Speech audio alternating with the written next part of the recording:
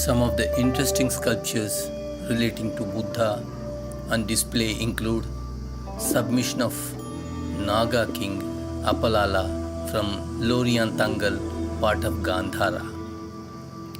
Next on display is Bodhisattva smiling face of 2nd century from Sankisa UP, and others are a conch blower and Buddha, both from Mathura, belonging to 2nd century. Next is limestone Purna Kumbha or vase of prosperity from Amravati AP, belonging to 2nd century.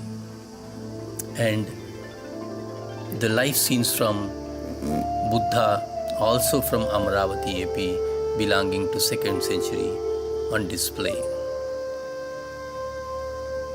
This one is the crowned Buddha of 5th century, which we rarely see. It is from Saranath, UP. Siddhartha, or Buddha as popularly known, is an invaluable gift to mankind. Yes, from India. Now we have come to the all-important gallery of the museum. To understand and appreciate Barhut Gallery, first one should have an idea about Sanchi Stupa in Raisen district of MP.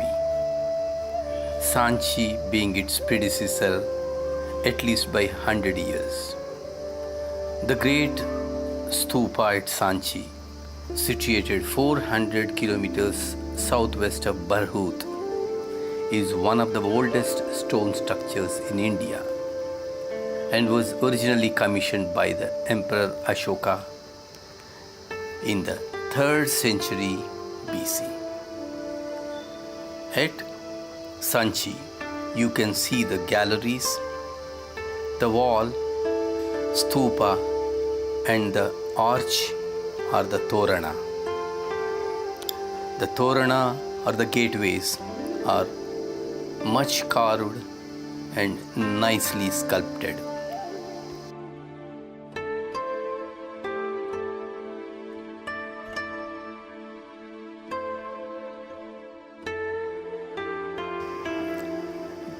Barhut excavations took place in 1873 and they are on display since 1876 at this museum. Undoubtedly, Barhut is the prized possession of Indian Museum Kolkata, now a diamond in its crown. With this Barhut Gallery, Kolkata Museum has an edge over all the museums in India. However, Barhut, the village, became now a desolate village in Satna, having lost their Ronaldo, lost its sheen. According to the historians, the Barhut Stupa might have been first built by King Ashoka in the 3rd century BC, but most of its artworks, specifically on the gateways and railings, which are made with red sandstone, were added during the Shunga period under the rule of Vatsiputra Dhanabhuti. The Toranas, though 4 were supposed to be there, as in the case of Sanchi, only one of them now remains.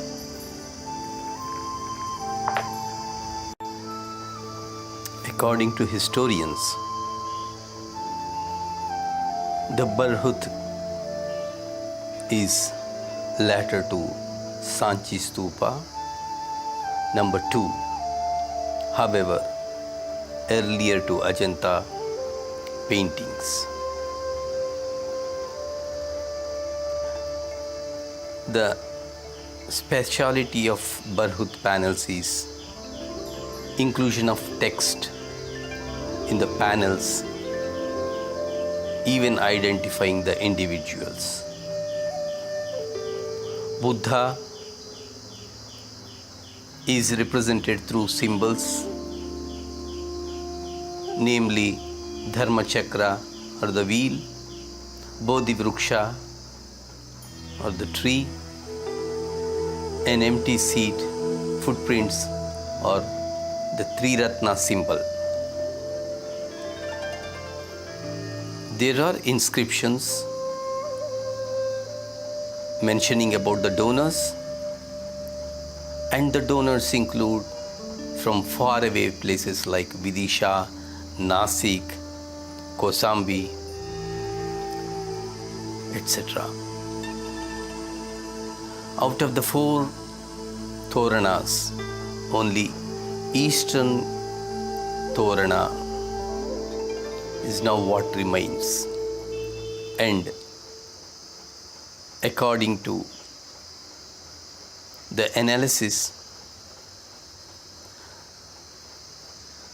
the railings were built first and Torana later, probably in 75 BC.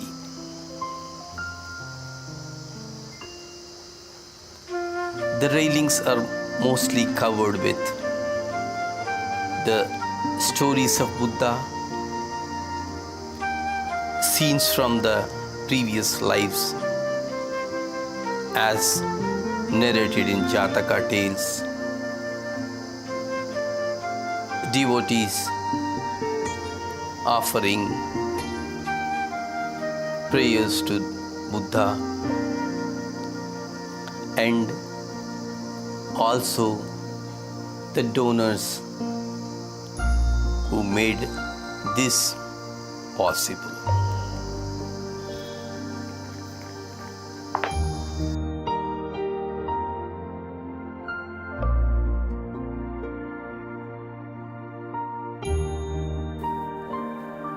Now we move ahead to another invaluable gallery of this museum.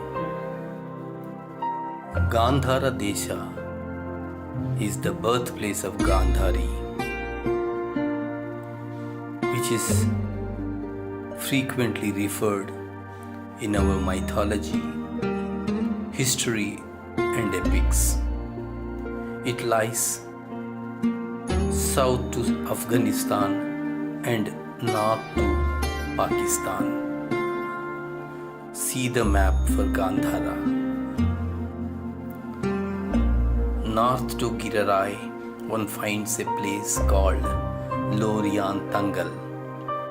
South to Swat River. Almost all the sculptures of Gandhara Gallery are from Lorian Tangal, and all belong to 2nd century. Let us first see Buddha, the enlightened, in Dhyana Mudra with his usual composure. Again a Buddha, this time standing with grace.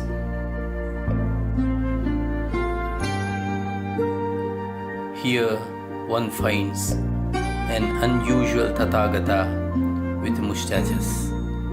Very rare depiction.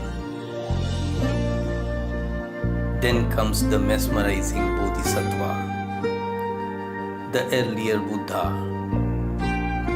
Bodhisattva slightly bent, the personification of kindness. Again, another Bodhisattva with his left hand missing from shoulder in a damaged state. What a pity! The man with greatest kindness, too not spared from barbarism. Finally, we find Maitreya, the future Buddha. He is in Abhaya Mudra,